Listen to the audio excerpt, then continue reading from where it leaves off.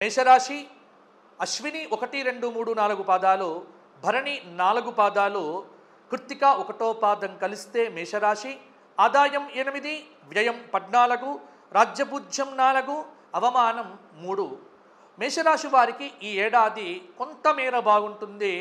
4/2 వంతుల గ్రహబలం, పట్టుదలతో ప్రయత్నం చేస్తే మంచి విజయాలు సాధించే ఆస్కారం కూడా ఉంది. ఆర్థికంగా ప్రణాళికాబద్ధంగా లేకపోతే ఇబ్బంది పడతారు. భవిష్యత్ ప్రణాళికలకు ఇది చాలా మంచి సమయము. జూలై తర్వాత కొంత మార్పు అనేటువంటిది కలగవచ్చు. అలాగే మేషరాశి వారు పరిహారంగా శివ సహస్రనామ స్తోత్ర పారాయణాదుల వల్ల కొంత ఆనందాన్ని పొందవచ్చు.